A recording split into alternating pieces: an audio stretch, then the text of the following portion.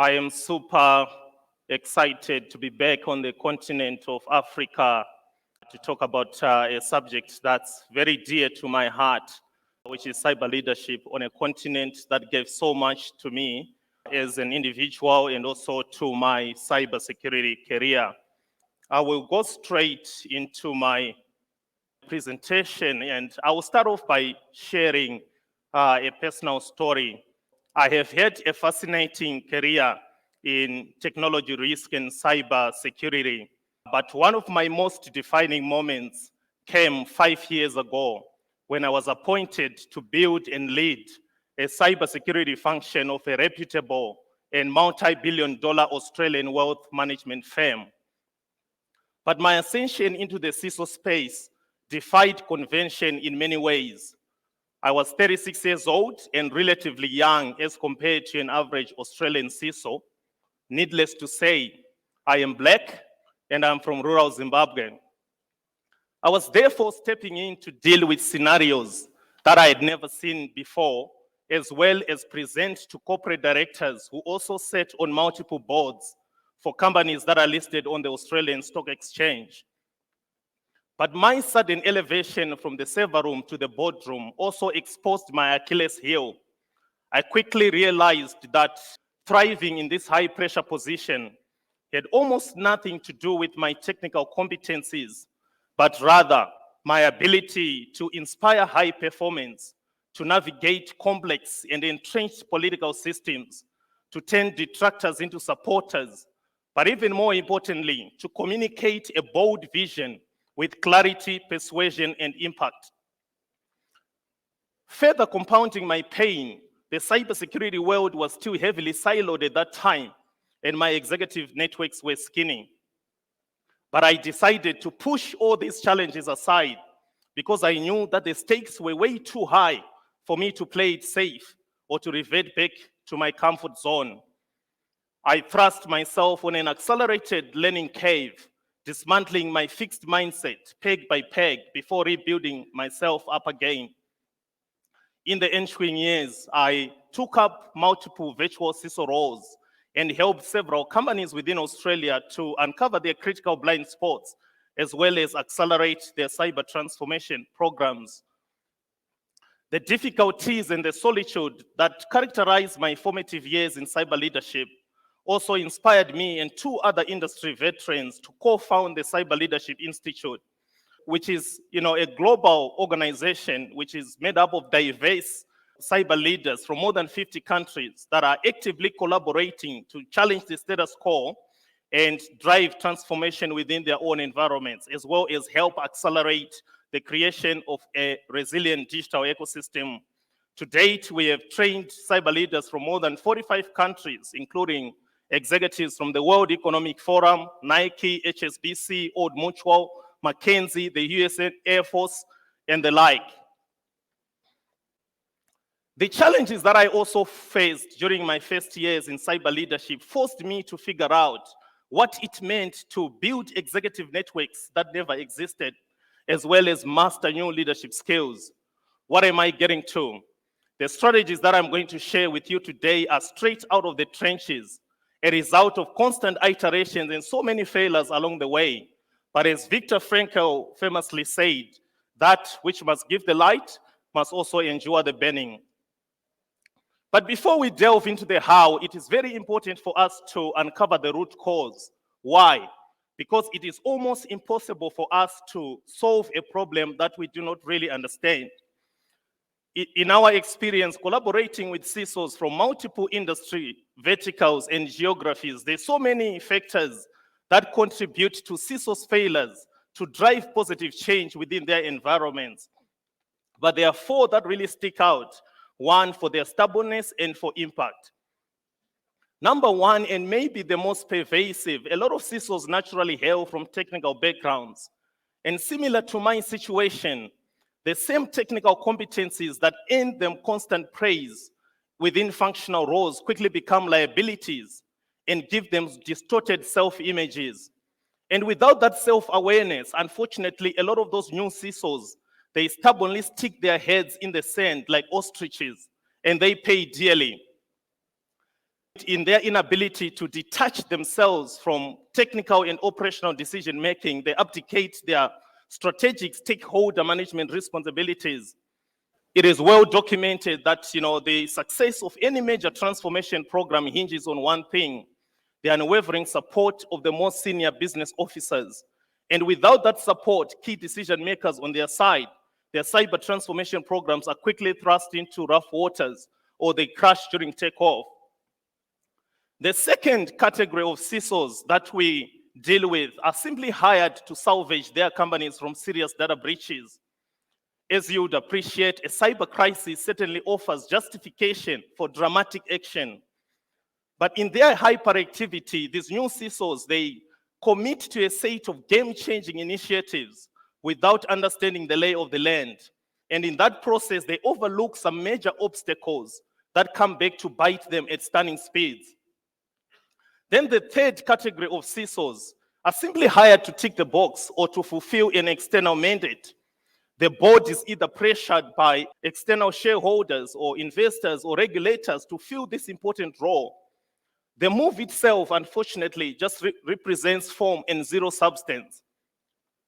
Once these new CISOs step into these ceremonious positions, they inevitably fail to overcome strong inertia that is exerted by toxic organizational cultures. To borrow the words of Peter Drucker, the management guru, those toxic organizational cultures will eat your cybersecurity strategy for breakfast. In those environments, the CISO's views are quickly shot down. Their budget requests, they fall on deaf ears. And in the end, the CISO feels just like a glorified systems administrator. The last category of CISOs, or the last problem, and perhaps the hardest to reckon with, a lot of CISOs simply run into self-induced storms. They talk a big game during the interview process, and they position themselves as technical virtuosos who can quickly eradicate all the cyber risks, including some high-rated matters that have sat on the corporate risk registers for years. As reality hits home, these CISOs realize that drafting beautiful PowerPoint decks on slides is the easy bit. Execution is a different ball game. This is, however, not a counsel of despair. In the next sessions, I will share some simple yet powerful strategies that you can use to win hearts and minds. And it seems to me some of these most powerful tools, they're simply hidden in plain sight. I'll start off by sharing a profound story. Back in 2012, a guy called Ernesto Ciroli, who is an Italian author, shared a powerful presentation and TED Talk that has been viewed more than 3.6 million times. He opened his impassioned presentation by sharing a profound story in which the Italians arrived in Zambia back in the 1970s, equipped with seeds of Italian tomatoes and zucchini. When they arrived, they were perplexed why the Zambians were not growing crops within the fertile Zambezi Valley, and they quickly rushed to their own conclusions, saying, "We have arrived just in the nick of time to save the Zambians from starvation." They got down to work and planted the tomato seeds, and after several weeks, when the tomatoes were huge, red, and fully ripened, some 200 hippos swam out of the Zambezi and smooshed them. "Oh my God, the hippos," the Italians cried. "That's why we don't grow crops here." The Zambians responded, "Oh, why didn't you tell us?" "Because you didn't ask." The story of the 200 Zambezi hippos offer a profound lesson to cyber leaders. Given the complexity of cybersecurity, it is quite tempting for some CISOs or cyber leaders to think that they know it all. But the days of the lone wolf are gone. Cybersecurity is a team sport, and success is only guaranteed when the CISO does the hardest bit, which is slow down, shut up, and listen.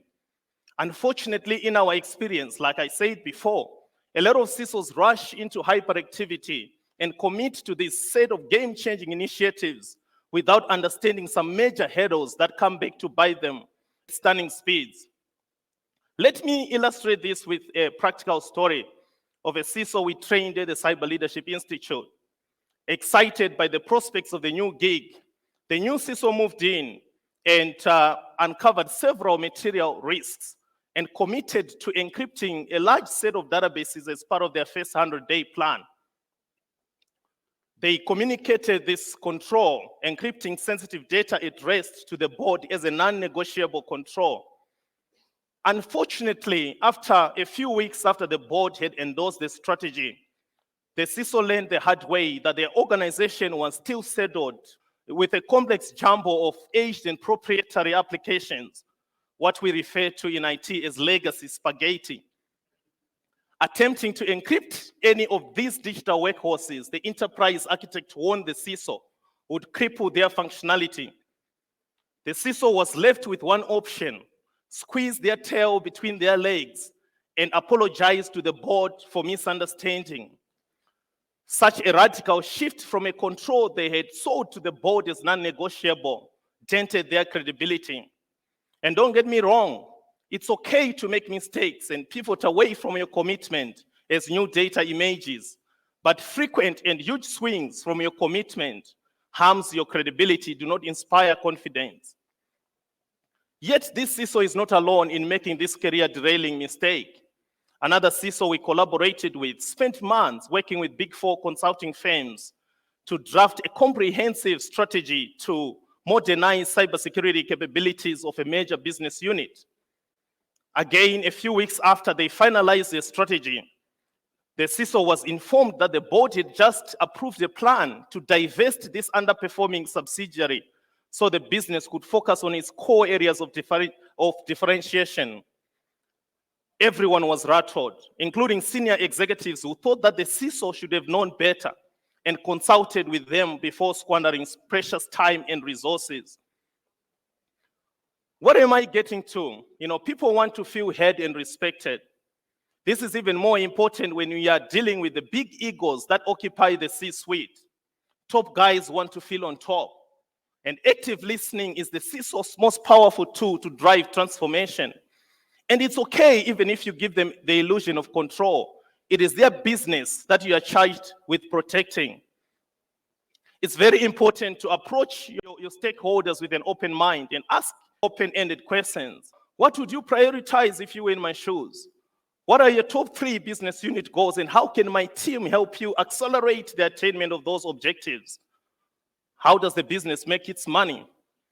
In summary, I would say the executives are bound to support you or throw their full weight behind the execution of your strategy if 3 things happen: if they know you, they trust you, and they like you.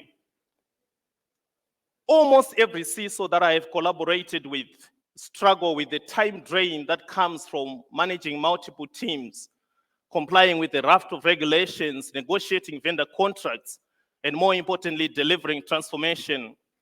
I was very fortunate during the early days of my cyber leadership career to stumble across this classic stakeholder management framework, which positions your stakeholders into 4 distinct quadrants. Simply put, not all stakeholders are created equal.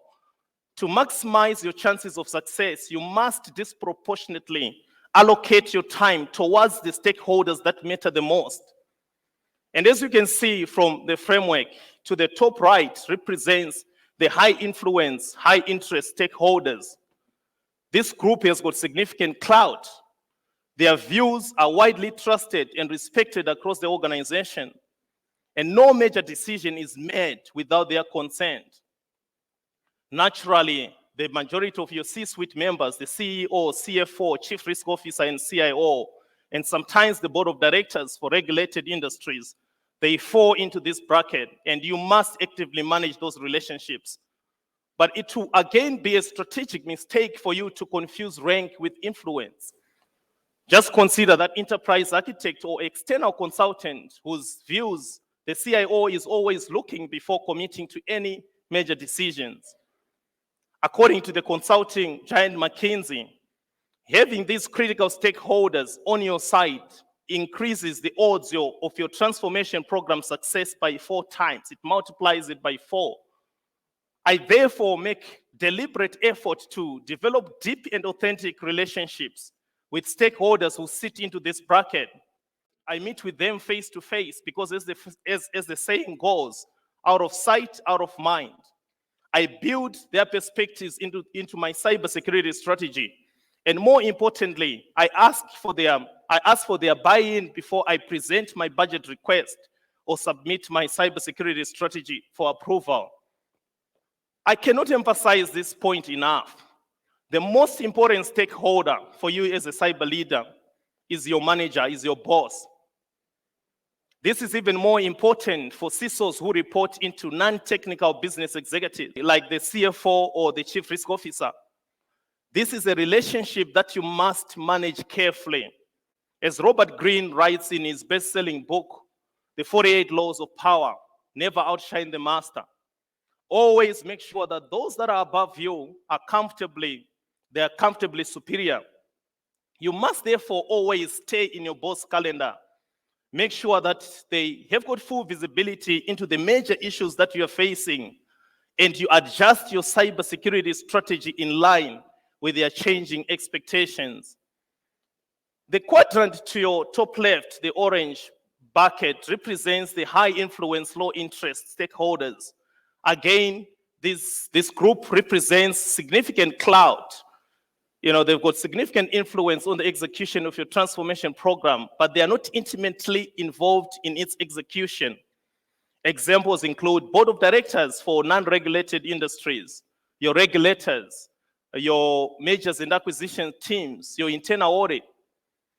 One competency we dealt with at the Cyber Leadership Institute made the strategic mistake of overlooking one stakeholder in that bracket, was the head of internal audit.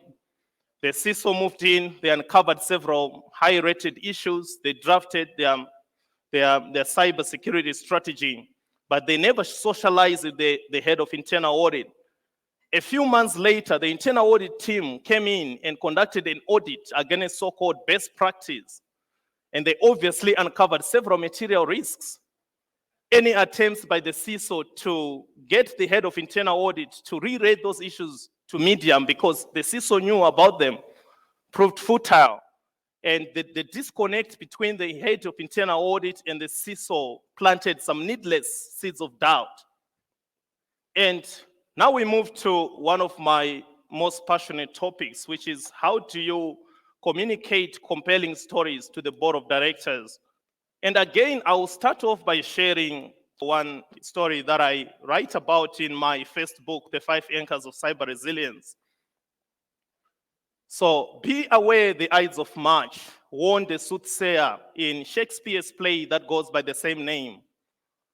The implications of the message was consequential. A group of conspirators, including Cassius and Brutus, would assassinate Julius Caesar on 15 March 44 BC. Unfortunately, this important message was shrouded in obscurity.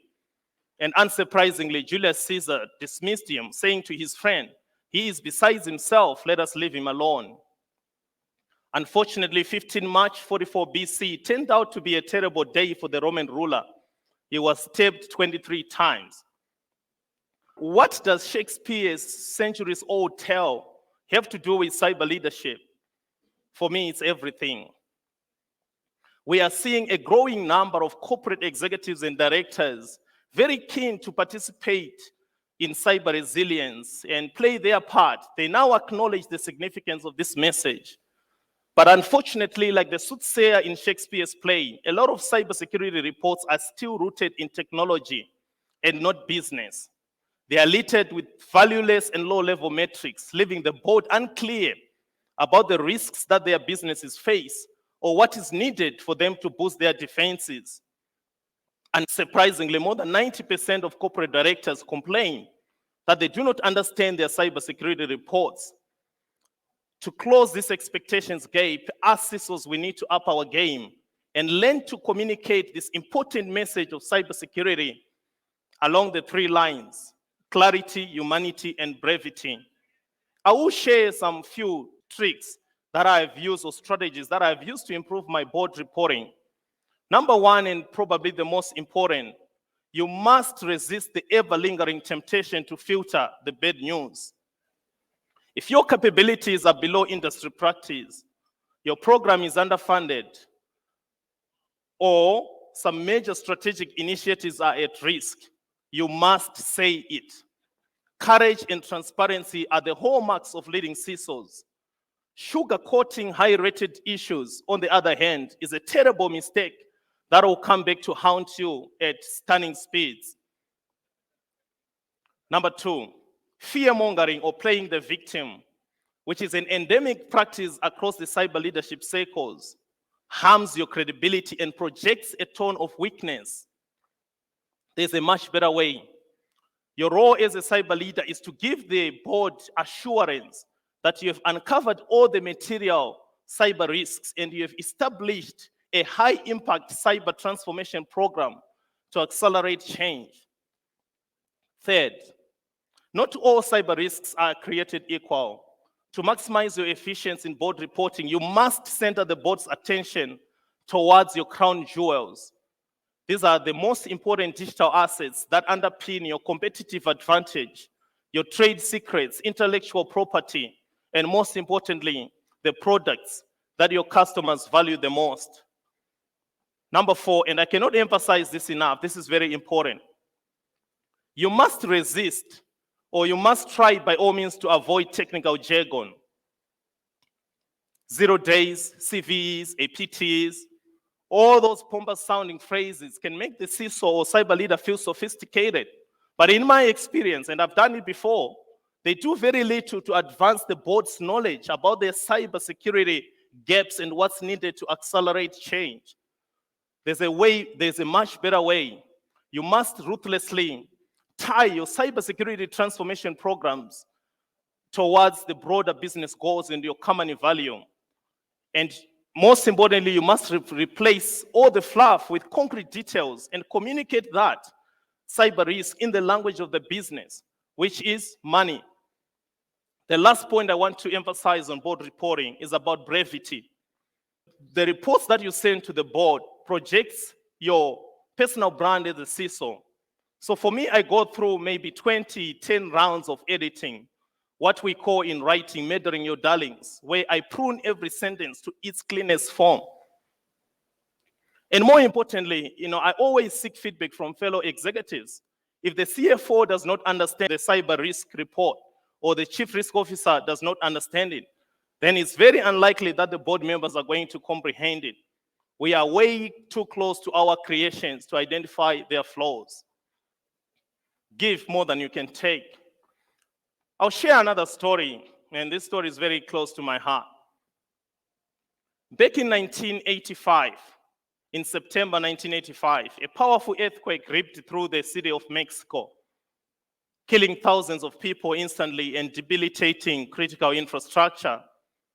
The Ethiopian Red Cross was one of the first organizations to chip in, writing a check of $5,000 to aid the victims of the earthquake.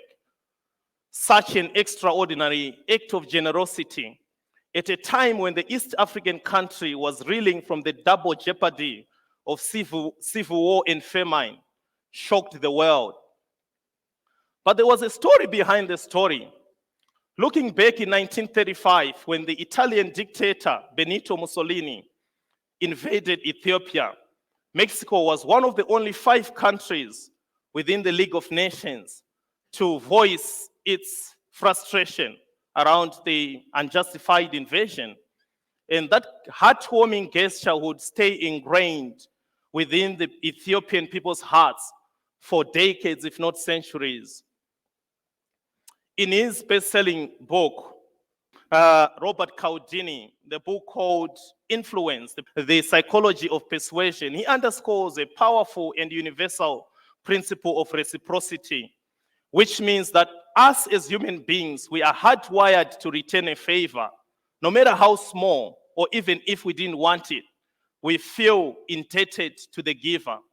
And for me, reciprocity is a very powerful tool for the CISO to drive change through influence, not hard power. And I've used it in my career. I make deliberate efforts to develop deep and authentic relationships with my high influence, high interest stakeholders. I meet with them one-on-one so that I can understand their core values, their deepest fears and their highest aspirations. I diarize their birthdays and I send them small but meaningful gifts. If the CFO is an avid golfer like me, I send them a pack of premium golf balls, or I simply take them out for lunch. But most importantly, I make sure that I discuss any high-rated matters that sit within their remit before I submit my reports to the board or to the risk management committees. Why? To borrow the words of Maya Angelou, people will forget what you said, they will forget what you did, but they will never forget how you made them feel. And this is something I learned again the hard way. Senior business executives, they hate being put on the spotlight or being surprised in front of their peers. The other thing that I recognize now is, the CISO role wields significant power, especially in regulated industries. We can easily reject business proposal or just decline a request from the CIO to defer security patching because we can. But in my experience, unfortunately or ironically, the more the CISO exercises their power, the more they diminish it. By constantly going back to the business and pushing back on business proposals without offering viable business alternatives, the CISO reinforces the long-held stereotype that the cybersecurity teams are compliance-focused and the CISO lacks business acumen. So, in short, one good turn deserves another. It's always important for you to give more than you can take. I wanted to share a story about one of my gigs when I started as a virtual CISO. When I moved in, I realized that my predecessor had struggled to set up a 24/7 security monitoring program. And on close inspection, I realized that their approach of trying to hire an army of security consultants and responders and malware reverse engineers was very difficult. And I decided to just shift gears and outsource the entire initiatives. I engaged one of the world's leading EDR firms, and they assigned me a project manager and a number of engineers, and they helped me set up a 24/7 SOC within 8 weeks. Within 8 weeks, we managed to ship security logs from our Active Directory, from our firewalls, from our core business applications, and feed them to a cloud platform that is based in Atlanta in the USA that was using a combination of advanced machine learning algorithms, big data sets, and powerful cloud computing to process billions of security alerts within a month into just a dozen bona fide security alerts. That move saved my job because it created a belief system around the C-suite that big things were happening. And I learned some important things. And this is something I always tell the CISOs. Say, when you move into a new CISO role, understand the lay of the land. Avoid not burning the ocean. And this is an analogy that I really like when I say a lot of CISOs, they promise a Lamborghini and they deliver a Toyota Corolla. Don't get me wrong, a Corolla itself is not a bad car, but because you have set heightened and unrealistic expectations, when you walk up with a Corolla, your credibility tanks. And credibility is the currency of the CISO.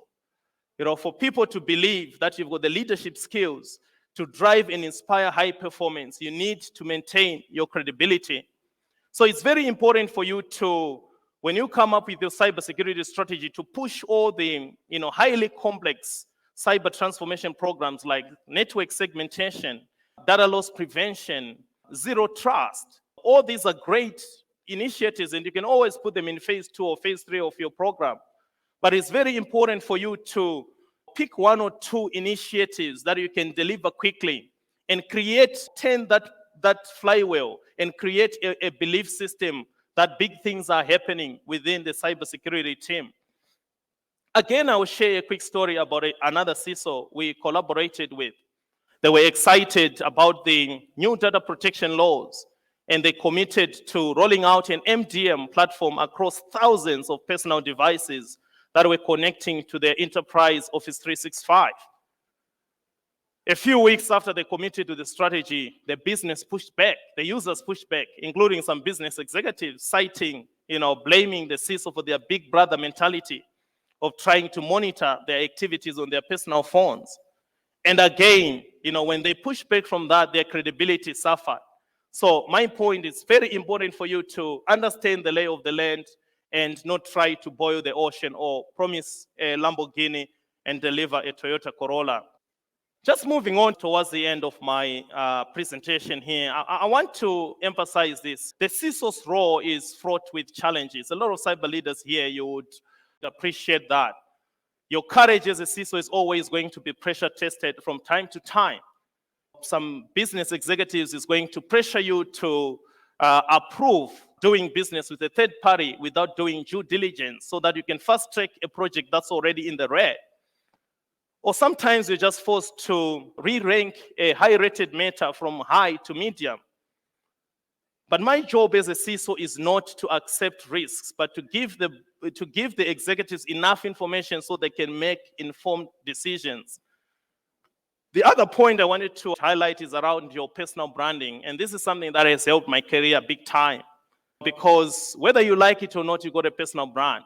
When you walk in as a new CISO, the business executives, the board, and the business in large, they will create an impression of the value that you bring to the table. So for me, this is very important. As a CISO, you must not be shy to celebrate your successes.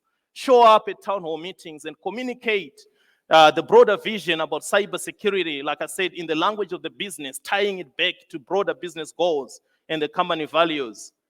So much has changed ever since the financial services giant Citibank appointed the world's first ever CISO in Steve Katz back in 1994.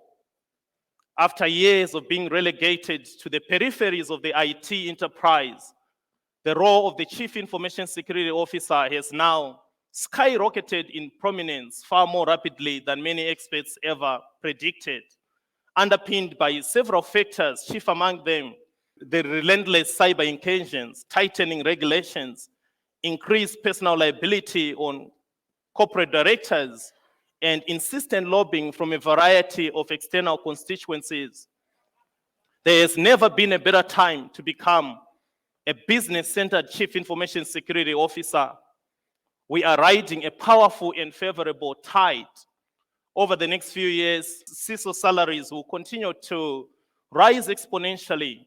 More and more CISOs will have direct access to their board of directors, and they will report directly to their chief executive officers. But as these expectations rise, us CISOs also need to up our game.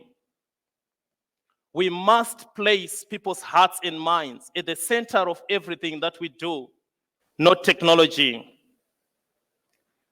Only doing so can we create a deeply entrenched belief systems across our enterprises that protecting our organizations from the rising menace of cybercrime is everyone's responsibility, from the board of directors to frontline staff. Not that technical skills are not important or not that technology is not important, but in my experience, collaborating with CISOs from multiple cultures, industries, and geographies, the CISOs that drive lasting change and earn the respect from their fellow executives have done so by cultivating strong personal brands, developing deep relationships with their critical stakeholders, and most importantly, mastering the rare combination between courage and extreme humility. In the end, the insights that are going to define you as a world-leading CISO do not lie in the NIST framework or ASD Top 8 or even CIS Top 20, but inside your critical stakeholders' heads. And I'll conclude with the words of John Maxwell, the executive coach, who said, "Everything rises or falls on one thing, leadership." Thank you very much. Wow, folks.